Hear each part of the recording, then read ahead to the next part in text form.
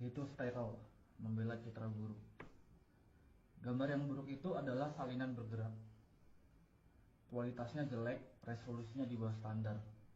Saat dipercepat, kualitasnya memburuk. Itu adalah bayangan gambar, pratinjau, gambar bini, ide yang keliru, gambar keliling yang didistribusi secara gratis, diperas melalui koneksi digital yang lambat, dikompresi, direproduksi, dirobek, diremix, serta disalin dan ditempel ke saluran distribusi lain. Citra berkualitas rendah adalah kain lusuh atau sobekan sebuah AVI atau JPEG. Kaum proletar rendahan dalam masyarakat kelas penampilan yang diberi peringkat dan dinilai berdasarkan resolusinya. Citra berkualitas rendah telah diunggah, diunduh, dibagikan, diformat ulang, dan diedit ulang. Ini mengubah kualitas jadi aksesibilitas, nilai pameran jadi nilai kultus, film jadi klip, kontemplasi menjadi gangguan. Citra tersebut dibebaskan dari brankas bioskop dan arsip dan didorong ke dalam ketidakpastian digital dengan mengorbankan substansinya sendiri. Citra berkualitas rendah cenderung ke arah abstraksi. Dia adalah ide visual dalam proses pembentukannya. Citra buruk tersebut merupakan generasi kelima yang ilegal, gambar asli yang terdistorsi. Silsilahnya meragukan, nama filenya sengaja salah ijaz. Seringkali gambar ini melanggar warisan budaya, budaya nasional, atau bahkan hak cipta. Gambar ini diwariskan sebagai umpan, jebakan, indeks, atau sebagai pengingat akan bentuk visualnya di masa lalu. Gambar ini mengejek janji-janji teknologi digital. Tidak hanya seringkali terdegradasi hingga hanya menjadi buram yang terburu-buru. Bahkan orang pun ragu apakah gambar ini masih bisa disebut gambar sama sekali. Hanya teknologi digital yang mampu menghasilkan gambar yang begitu buruk seperti ini. Gambar yang buruk adalah hal yang lazim di zaman sekarang.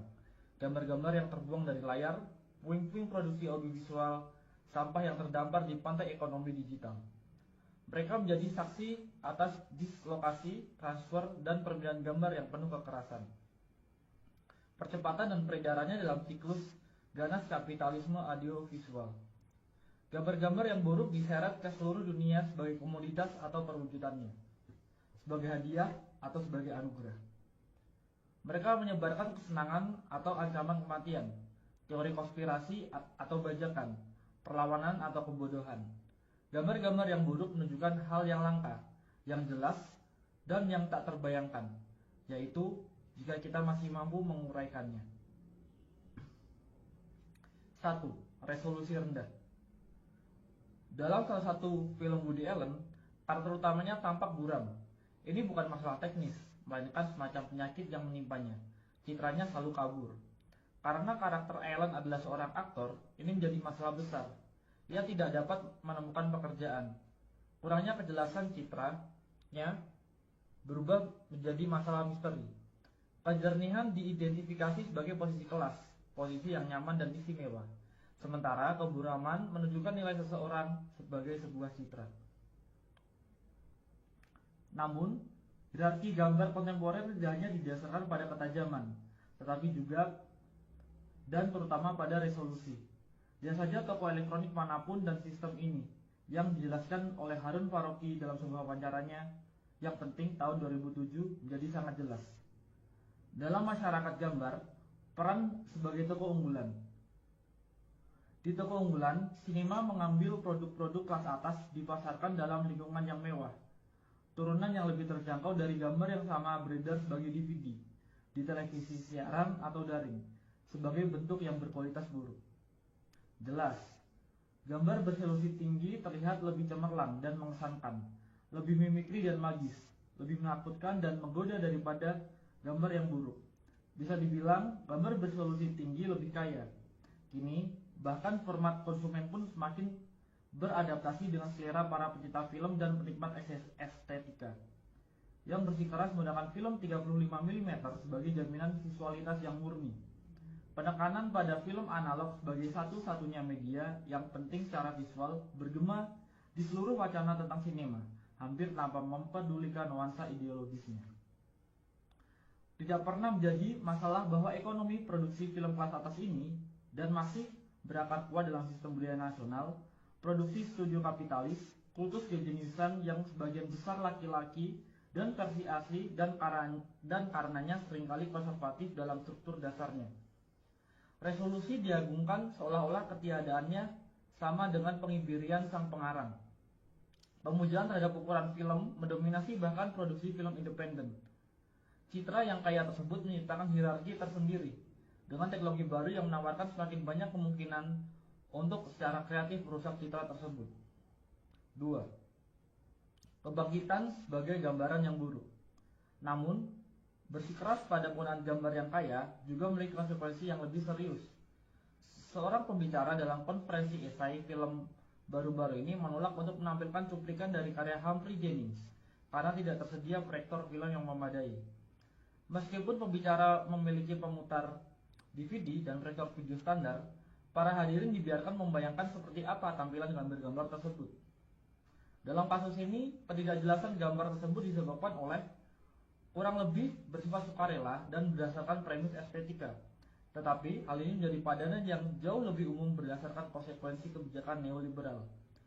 20 atau bahkan 30 tahun yang lalu, restrukturasi neoliberal, produksi media mulai perlahan-lahan mengaburkan citra non-komersial, hingga pada titik di mana sinema eksperimental dan esai hampir tidak terlihat.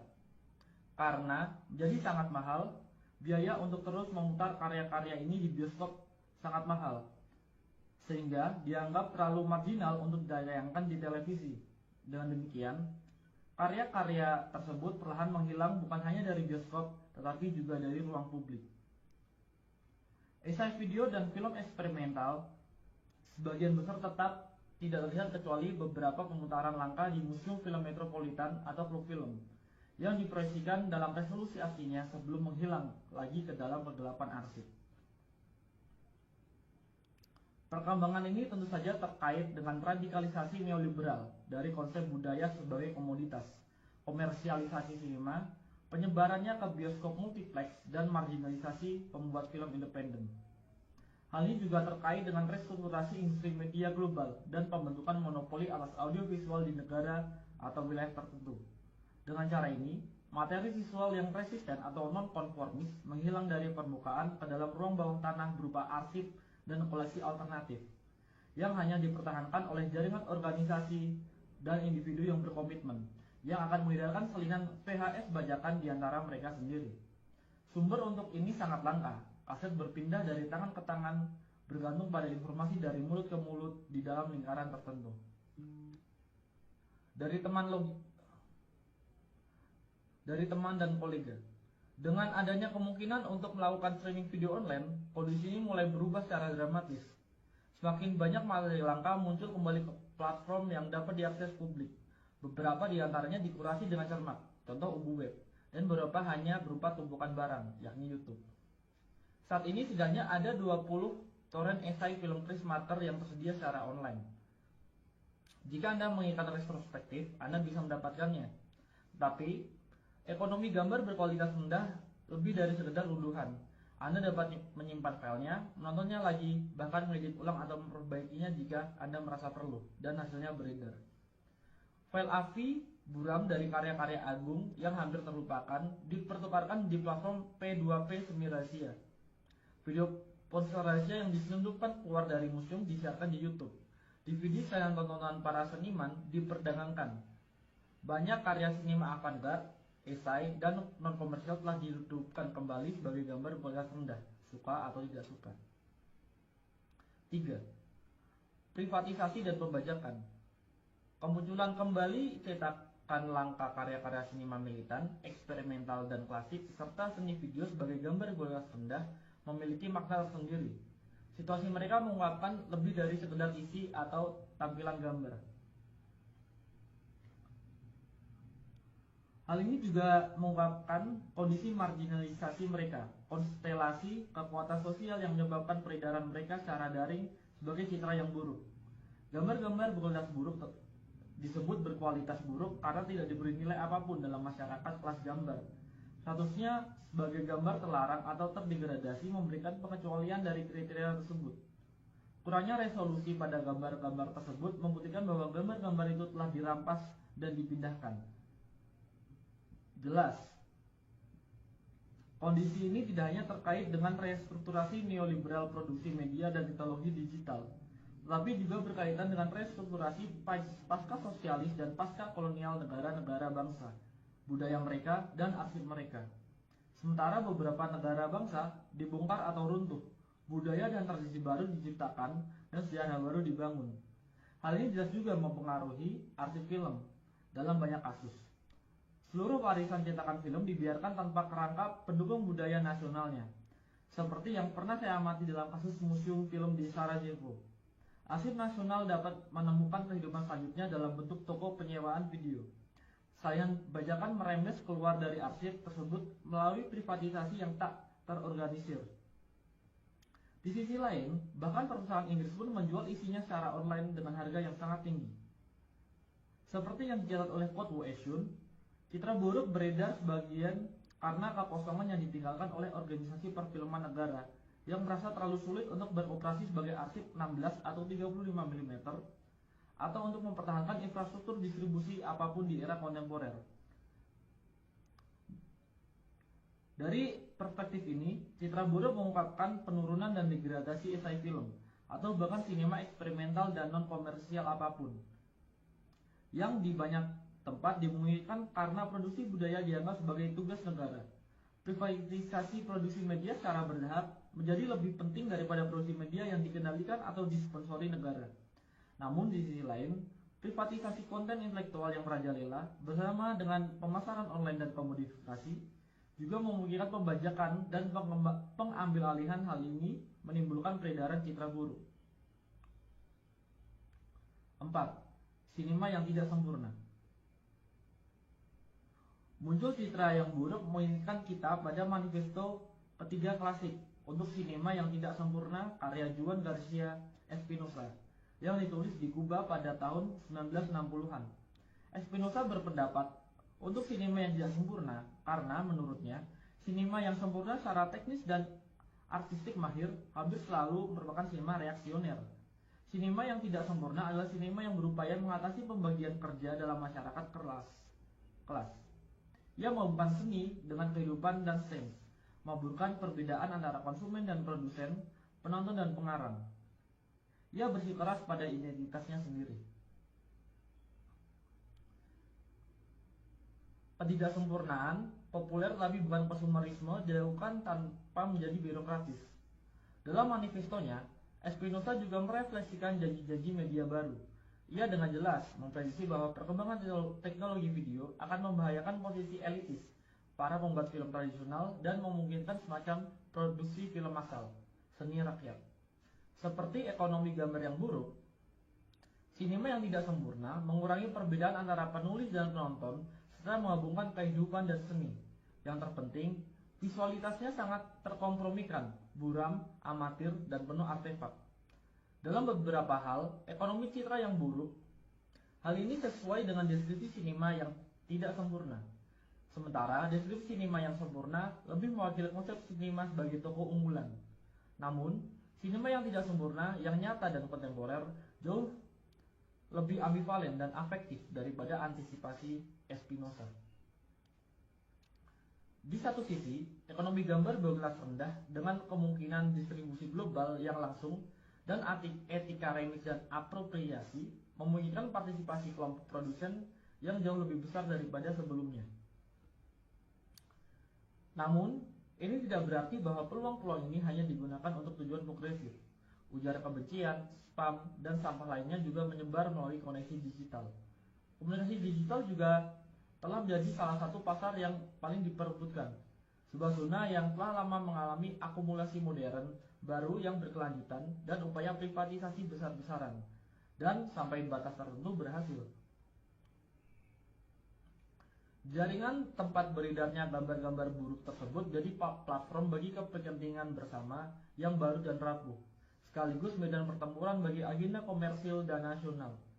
Jaringan tersebut memuat materi eksperimental dan artistik, tetapi juga sejumlah besar pornografi dan paranoia. Meskipun wilayah citra berkualitas rendah memungkinkan akses ke citra yang terpinggirkan, wilayah ini juga dipenuhi oleh teknik komodifikasi paling canggih. meskipun memungkinkan partisipasi aktif pengguna dalam pembuatan dan distribusi konten. Platform ini juga melibatkan mereka dalam produksi. Pengguna menjadi editor, kritikus, penerjemah, dan penulis bersama dari gambar-gambar berkualitas rendah. Dengan demikian, gambar yang buruk adalah gambar yang populer, gambar yang dibuat dan dilihat oleh banyak orang. Mereka mengekspresikan semua kontradiksi dari kerumunan kontemporer, oportunisme, narsisme, keinginan akan otonomi dan kreasi, ketidakmampuan untuk fokus atau mengambil keputusan, kesiapan konstan untuk melanggar dan sekaligus tunduk. Secara keseluruhan, citra-citra buruk tersebut menyajikan gambaran sekilas tentang kondisi afektif kerumunan, neurosis, paranoia, dan ketakutan, serta keinginan akan intensitas kesenangan dan pengalihan perhatian. Kondisi citra-citra tersebut ini bukan hanya tentang transfer dan pemformatan ulang yang tak terhitung jumlahnya, tapi juga tentang banyaknya orang yang cukup peduli untuk mengkonversinya berulang kali, menambahkan subtitle, mengedit ulang, dan mengunggahnya. Dalam konteks ini, mungkin kita perlu mendefinisikan ulang nilai sebuah gambar, atau lebih tepatnya menciptakan perspektif baru untuknya. Terlepas dari resolusi dan nilai tukar, kita dapat membayangkan bentuk nilai lain yang didefinisikan oleh kecepatan, intensitas, dan penyebaran.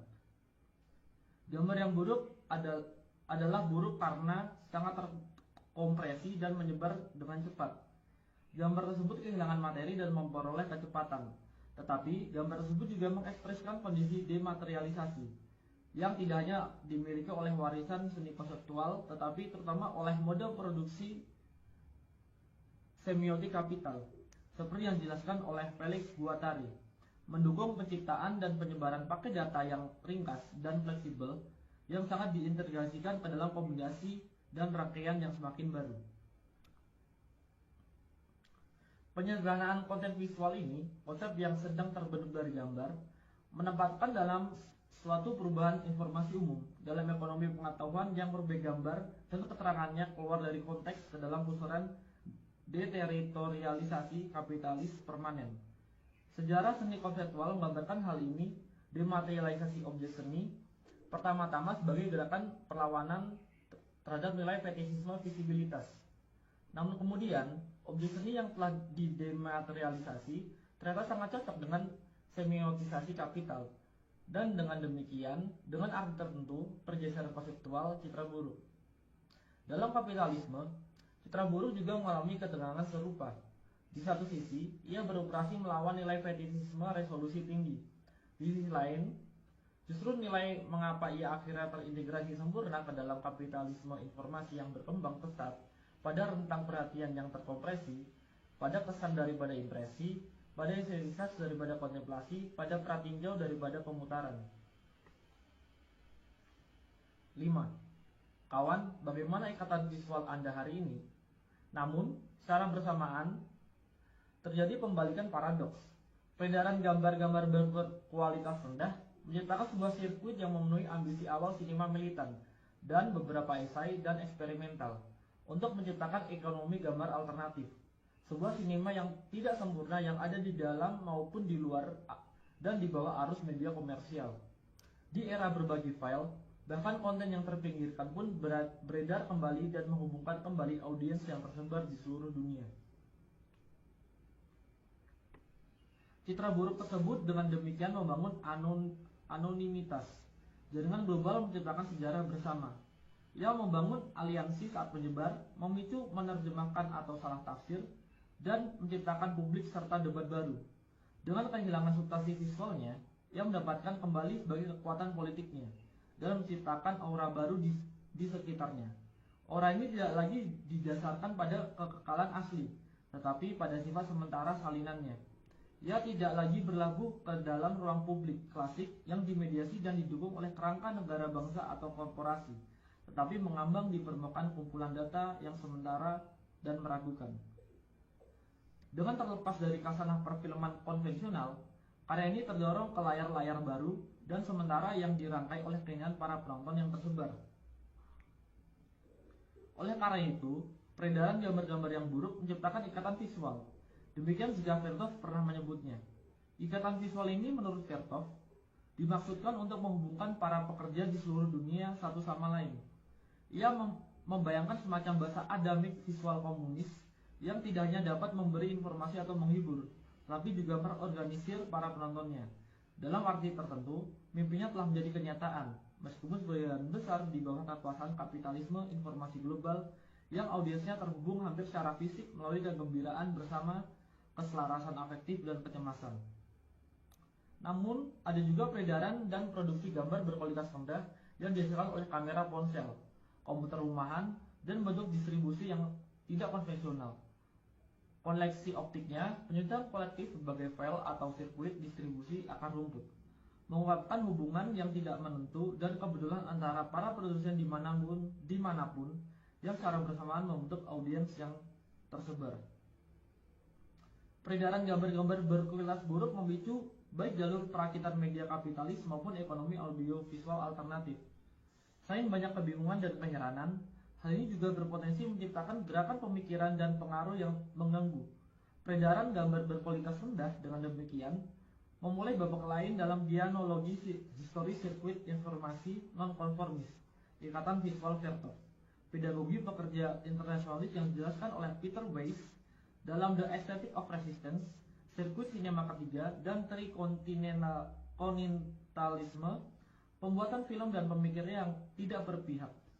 Gambar berkualitas rendah, betapapun ambivalennya statusnya, dengan demikian mengambil tempat dalam dianologi pamflet yang disalin karbon, film agitprop kereta api, majalah video bawah tanah, dan materi nonkonformis lainnya, yang secara estetika sering menggunakan materi berkualitas rendah. Selain itu, hal ini juga mengaktualisasikan kembali banyak gagasan historis yang terkait dengan sirkuit-sirkuit ini.